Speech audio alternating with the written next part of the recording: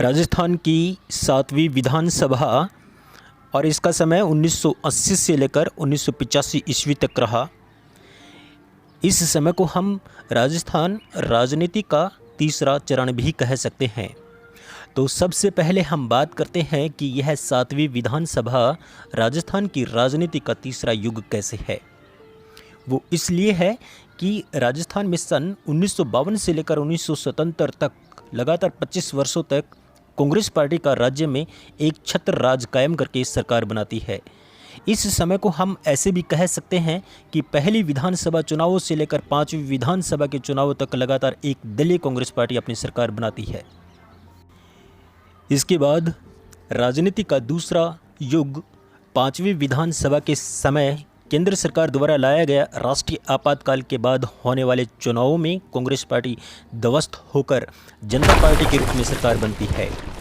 अब यही जनता पार्टी की सरकार आपसी मतभेदों के कारण टूट जाती है और पहली बार विधानसभा अपने समय से पहले ही भंग हो जाती है और मध्यावधि चुनाव होने तक राज्य में राष्ट्रपति शासन लागू हो जाता है। तो ये था आपके सामने राजनीति का दूसरा युग।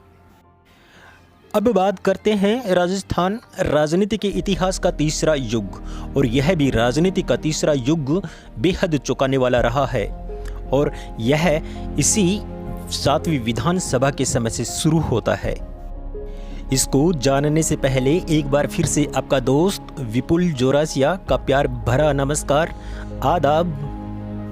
और आप देख रहे हैं व्याख्यान क्लासेस यूट्यूब चैनल पर राजस्थान विधानसभा का संपूर्ण अध्ययन एक डॉक्यूमेंट्री के रूप में, और आज का भाग है 7।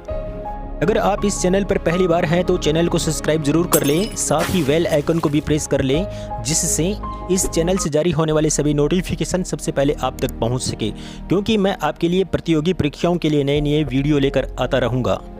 तो अब प्यारे दोस्तों, अब हम चर्चा शुरू करते हैं राजस्थान विधानसभा में राजनीति का तीसरा युग, और यह युग 10 वर्षों तक कह सकते हैं, मतलब 1980 से लेकर 1990 ईस्वी तक चलता रहा। राजनीति का तीसरा युग तब शुरू होता है जब जनता दल के नेतृत्व में बनने वाली छठी विधानसभा के समय को पहले ही भंग कर दी गई थी और एक बार फिर से केंद्र और राज्य में कांग्रेस पार्टी अपना खोया हुआ बहुमत हासिल करके सत्ता में आई थी। 7वीं विधानसभा चुनावों से पहले कांग्रेस पार्टी और जनता पार्टी जैसे दो बड़े दलों में आपसी फूट पड़ने से सभी निर्वाचन क्षेत्रों की जनता में भी आपसी फूट और रंजिश शुरू हो जाती है। इस आपसी रंजिश के चलते कांग्रेस पार्टी के दो टुकड़े हो जाते हैं, एक है कांग्रेस ई और दूसरा है कांग्रेस अर्स। और जनता पार्टी के भी टुकड़े हो जाते हैं, जिसमें मुख्य टुकड़े इस प्रकार से हैं। पहले नंबर पे है भारतीय जनता पार्टी के रूप में है, दूसरा जनता पार्टी का मतलब जनता पार्टी जयप्रकाश नारायण जी के नेतृत्व में होने वाली जनता पार्टी, जिसका नाम दिया गया जनता जेपी, और तीसरा दल बटा जनता पार्टी एस के नाम से, जो चौधरी चरण सिंह जी के नाम से था। इतने सारे दलों के बीच में अब राजस्थान की 7वीं विधानसभा के लिए अब चुनाव होते हैं। आपको बता दें कि राज्य में भरतपुर के बयाना विधानसभा क्षेत्र को छोड़कर राजस्थान की 199 विधानसभा क्षेत्रों के लिए मतदान होते हैं, जिसका परिणाम इस प्रकार रहा। कांग्रेस ई को 133 सीटें मिली, भारतीय जनता पार्टी को 32, जनता जो जेपी के नाम से थी इनको मिली 8 सीटें, जनता एस जो चौधरी चरण सिंह जी के नेतृत्व में लड़ी गई थी इनको सीटें मिली 7, और कांग्रेस अर्स को 6 सीटें मिली, भारतीय साम्यवादी दल को 1 सीट और निर्दलीय को 12 सीटें मिली। इसी प्रकार इनमें महिला विधायकों की संख्या 9 रही, अनुसूचित जाति के विधायकों की संख्या 33 रही, जो पिछले चुनावों में इनकी संख्या 32 थी, और इसी के साथ अनुसूचित जनजाति के विधायकों की संख्या अब भी 24 रही। 7वीं विधानसभा का गठन 6 जून 1980 को होता है और मुख्यमंत्री पद के लिए सर्वसहमति से नेता चुना जाता है, और वो थे भरतपुर जिले में भुसावर तहसील के रहने वाले दलित व्यक्ति, जिनका नाम हमारे सामने है श्री जगन्नाथ पहाड़िया जी, जिन्होंने इसी दिन भारतीय संविधान की तीसरी अनुसूची के पैरा 5 और 6 के आधार पर मुख्यमंत्री पद के लिए शपथ ग्रहण की थी। आपको बता दें श्री जगन्नाथ पहाड़िया जी के बारे में कि ये मुख्यमंत्री की शपथ लेने से पहले भरतपुर जिले के बयाना क्षेत्र से लोकसभा सदस्य थे और श्रीमती इंदिरा गांधी की सरकार के केंद्रीय मंत्रिमंडल में राज्य वित्त मंत्री थे। बाद में 23 नवंबर 1980 को भरतपुर जिले के वैर विधानसभा क्षेत्र के उपचुनाव में विजयी होकर विधानमंडल के सदस्य बनते हैं। अब बात करें अपने बेबाक बयानों के लिए प्रसिद्ध मुख्यमंत्री श्री पहाड़िया जी का कार्यकाल सिर्फ 13 महीने तक ही क्यों रहा। इसके पीछे कारण यही रहा कि जयपुर में जब लेखक सम्मेलन हो रहा था और उस लेखक सम्मेलन की अध्यक्षता मुख्यमंत्री साहब कर रहे थे, उसी समय हिंदी की प्रसिद्ध छायावादी कवयित्री महादेवी वर्मा की कविताओं पर वास्तविक टिप्पणी कर दी थी और इस टिप्पणी को लेकर महादेवी वर्मा ने प्रधानमंत्री इंदिरा गांधी से शिकायत की और इस शिकायत के कारण गांधी जी के निर्देश से या उनके कहने से पहाड़िया जी ने 13 जुलाई 1981 को अपना त्यागपत्र दे दिया। अब इनके 13 महीने के कार्यकाल की बात करें तो इनके बारे में कह सकते हैं कि राज्य में पहली बार इन्होंने पूरी तरह से शराब को एक प्रकार से बंद कर दिया था।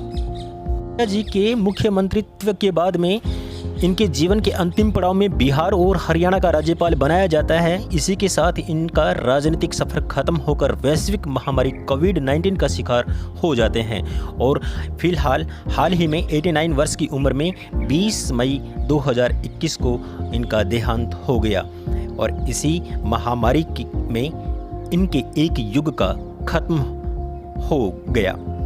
आपको विनम्र श्रद्धांजलि। पहाड़िया जी के त्याग पत्र देने के एक दिन बाद 14 जुलाई 1981 को श्री शिवचरण माथुर को मुख्यमंत्री पद की शपथ दिलाई जाती है, लेकिन 21 फरवरी 1985 को डीग में उपचुनाव प्रचार चल रहा था और उसी समय निर्दलीय उम्मीदवार राजा मान सिंह पुलिस एनकाउंटर में गोली लगने से मृत्यु हो जाती है। इससे दुखी होकर केंद्र सरकार के कहने से श्री माथुर 8वीं विधानसभा के चुनावी दौर में अपना त्यागपत्र राज्यपाल को सौंप देते हैं। श्री माथुर के त्यागपत्र के बाद ही इस 7वीं विधानसभा के खत्म होने के कुछ समय पहले मुख्यमंत्री पद के लिए राजसमंद जिले में केलवाड़ा गांव के निवासी श्री हीरालाल देवपुरा को 23 फरवरी 1985 को शपथ दिलाई जाती है। इसके साथ ही मात्र 17 दिन बाद 10 मार्च 1985 को 7वीं विधानसभा का विघटन होकर 8वीं विधानसभा का समय शुरू हो जाता है और अपना त्यागपत्र दे देते हैं। इस विधानसभा में श्री हीरालाल देवपुरा का कार्यकाल 17 दिन तक रहा। ये वही मुख्यमंत्री हैं जिनके पूर्वजों का संबंध राजस्थान का गौरव मेवाड़ महाराणा प्रताप से था, जो 16वीं सदी में मेवाड़ महाराणा प्रताप सिंह के पिता उदय सिंह को राजा बनने से पहले ही बचपन में बनवीर उसे मार देना चाहता था और उस छोटे बालक उदय सिंह को बचाने के लिए धाई माता पन्याध्याय ने अपने बेटे की बलि देकर केलवाड़ा गांव आई थी और उसे आशा शाह देवपुरा के घर छुपा दिया था। आशा शाह देवपुरा हीरालाल देवपुरा के ही पूर्वज थे। आज हमारे गौरवपूर्ण भारतीय इतिहास में अपना नाम स्वर्णिम अक्षरों में रखने वाले महाराणा प्रताप से संबंध रखने वाला राज्य का मुख्यमंत्री श्री हीरालाल देवपुरा आज हमारे विधानसभा के इतिहास में सबसे कम समय तक रहने वाले मुख्यमंत्री मात्र 17 दिन तक के पूर्व मुख्यमंत्री बनकर रह गए। इसके बाद राजनीतिक हलचलें किस प्रकार से परिवर्तन होती हैं, इसको जानने के लिए चैनल से जुड़े रहिए। आज बस इतना ही, हम शीघ्र मिलेंगे। तब तक के लिए आपका दोस्त विपुल जोरासिया धन्यवाद के साथ विराम लेता है। शुक्रिया।